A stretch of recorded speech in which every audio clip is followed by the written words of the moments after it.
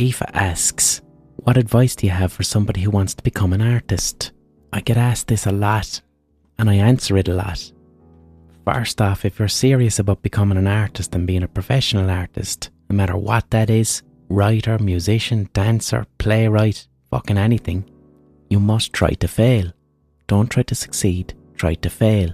The one thing that'll stop you creating anything is fear of failing. If you're afraid of failing, then you won't create, that'll stifle you. So try to make shit as much as possible. Try to write a shit story, try to write a shit song. You don't have to show it to anybody, but instead of sitting down tomorrow and trying to write a good song, try to deliberately make something that's awful, that's terrible. Today I'm trying to make something terrible. Find a song that you don't like that really annoys you and try and make something like that. Don't try and make a song that's like the band that you adore. Fuck that, that's probably causing you problems. Make a piece of shit. And the reason I say that is, when you do that, you'll actually free yourself up. You'll free yourself up. The thing, creativity. You're just an adult who's playing. That's all that creativity is. Art and creativity, it's you're playing. It's playfulness. If you sit down to make a piece of shit, a bad song, a silly song, a foolish song, if you sit down to do that, you'll naturally relax. And before long, with enough practice, you'll find yourself in a state of play, in a flow state. And when you get to flow state, then that's your unique, authentic voice. That's what art is. When you dance, when you sing, when you write a song, when you paint a picture, are you expressing a talent that's uniquely you? That's your voice. That's really and truly you. And it's inimitable. It cannot be copied because only you can be the best you as an artist. That exists within you. That's there. But you won't be able to hear that voice and express it unless you're in a state of playfulness. And when you're in a state of play, you're not threatened, you're not frightened, you're not worried about failing, you're not thinking about whether this will be good or this will be bad. You're just doing for the sake of doing. That's what playfulness is in any art form. Deliberately trying to make shit, deliberately trying to fail, that's a great way to access a very free, playful state. And eventually you'll come out of it with a piece of work that isn't a failure at all. You actually really like it, and it's an expression of who you truly are. And what I mean by that, how I put that into practice, when I'm writing short stories that's very difficult. That's a big undertaking. Stories don't come to me fully formed. I sit down with a blank page. Blank pages are terrifying. I sit down with a blank page or a blank laptop knowing that there's going to be a 10,000 word story. That's a story that takes 40 minutes to read. I know that there's going to be a 10,000 word story and I haven't a clue what it's going to be about. So I often start with failure. One of my favourite stories from my last book of short stories, Topographia Hibernica, one of my favourite stories in that book is called I'll Give You Barcelona.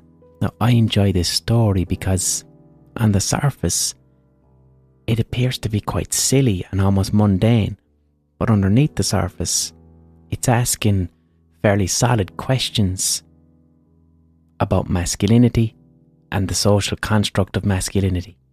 And it also draws from Irish mythology and how Irish mythology was rewritten to be quite masculine, in particular the character of Cuchulainn and his warp spasms, so that he could enter war and kill.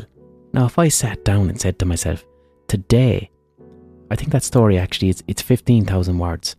I don't think I could sit down and say, today I'm going to write a 15,000 word story, which on the surface is comedic and mundane, but underneath the surface explores themes of contemporary masculinity via Irish mythology. If I'd have sat down and said that's what I'm going to do today, I'd have gotten writer's block. I'd have scared the living fuck out of myself. I'd have said that's impossible. How the fuck do I do that? Gone. So what did I do instead? I sat down and said, fuck it, I gotta write a 15,000 word story now. Don't think about it. Let's not think about it. What's it about? I'm gonna write a story about a man biting another man's arse. That was my brief. So that there is trying to fail. That's failure. That's a silly idea. I'm trying to write serious literature. I've got a fucking book deal. I'm trying to get reviewed in The Guardian. Very frightening stuff. Very scary stuff. But because I've failed so much in the past, because when I was in my 20s, I was given a pilot on Channel 4. And what did I do? Oh my God, it's Channel 4. This has to be excellent. This has to be amazing. And the end result didn't land.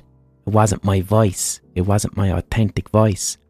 So now that I'm older, I know, no, if you want, I gotta write a story about a man biting another man's arse. And you see what that does to the blank page now.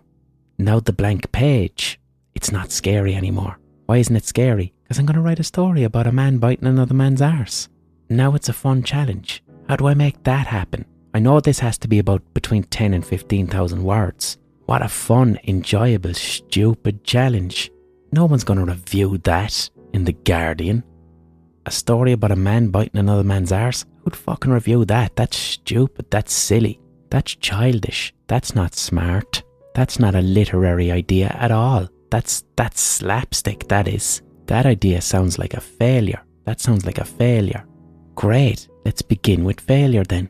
Let's begin with this failed idea. A story about one man biting another man's arse. Let's begin with this failure and try and write ourselves out of that failure. And that's what I fucking did. It reframes what the blank page means. So the blank page now isn't a space to be filled with fancy words that could be reviewed in The Guardian. The blank page becomes a playground. It becomes a space for fun and humour and silliness and enjoyment, because that's the only space where you can make art. That's the only space where art can occur. So then I begin to write the story, and the playfulness of that allows me to enter flow state. And once I enter flow state, then I'm in the waking dream. I'm fully in communication with my internal artistic voice that can't be copied, and the things that I actually want to say that are in my unconscious mind and the arguments I want to make, these things just come out. They just come out. I'm accessing the parts of my brain where my unconscious mind, where dreams live, and that now is allowed to very safely flow out onto the page, because what locks that away is fear of fucking failing. So there's my advice to anyone who wants to become an artist. Any fucking artist. What'll make you a professional artist is your unique creative voice. That's it. That's it. We all have to go through years of making art and having heroes and our work being derivative of our heroes' work. Then you stick at it, and then eventually, oh fuck, it's my own voice. You'll only access that through playfulness, and you'll only get playfulness through consistent failure, trying to fail and making failure your friend. So instead of failure being something you're afraid of, you actively make it part of your process by trying to fail. No one ever made anything good by sitting down and deciding, I'm going to make something good today. Sit down and decide you're going to make something good, you just freak yourself out and you procrastinate. Sit down and make something shit.